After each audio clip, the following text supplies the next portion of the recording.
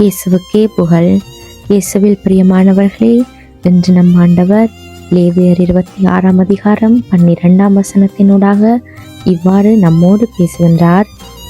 உங்கள் நடுவே நான் உலவுவேன், நானே உங்கள் கடவுள், நீங்கள் என் மக்கள். இது வெறுமனே ஒரு வார்த்தை அல்ல. வானத்திலும் பூமியிலும் அனைத்தையும் படைத்த கடவுள் நான் உங்களிடையே வாசம் செய்வேன் என்று சொல்வது எவ்வளவு பெரிய ஆசீர்வாதம். இந்த காலை பொழுதிலே ஆண்டவருடைய அந்த ஆசீரை பெற நாம் நம்மை முழுவதுமாக அவருக்கு கொடுக்க முயற்சி செய்வோம். ஆண்டவர் தூரத்தில் இருந்து நம்மை கண்காணிப்பவர் அல்ல. நம்முடைய குடும்பத்தில், நம்முடைய வேலையில், நம்முடைய கண்ணீரில், நம்முடைய போராட்டங்களிலும் அவர் நடந்து வரும் தேவன்.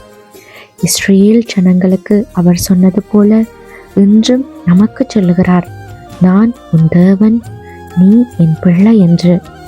உலகம் நம்மை தனிமைப்படுத்தினாலும், மனிதர்கள் விட்டு சென்றாலும் ஆண்டவர் ஒரு போதும் எங்களை விட்டு செல்லவில்லை. அவர் நம்மோடு நடக்கிறார்.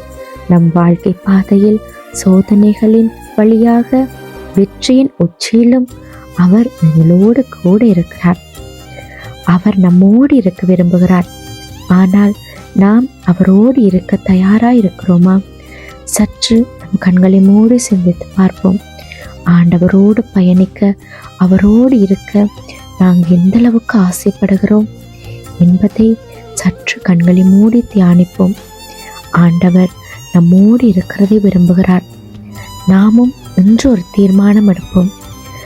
என்னோடு இருக்கும் அந்த ஆண்டவரோடு நானும் இருக்க ஒரு நேரத்தை செலவிட, ஒரு வாய்ப்பை உருவாக்க எனது மனநிலையை பக்குவப்படுத்த வேண்டுமென்று ஆண்டவர்கிட்ட மன்றாடி கேட்போம். கர்த்தாவே, நீர் என்னோடு நடப்பதை நான் உணர விரும்புகிறேன். உன் ஜனமாக உன் சித்தப்படி நடக்க நான் ஆசைப்படுகிறேன்.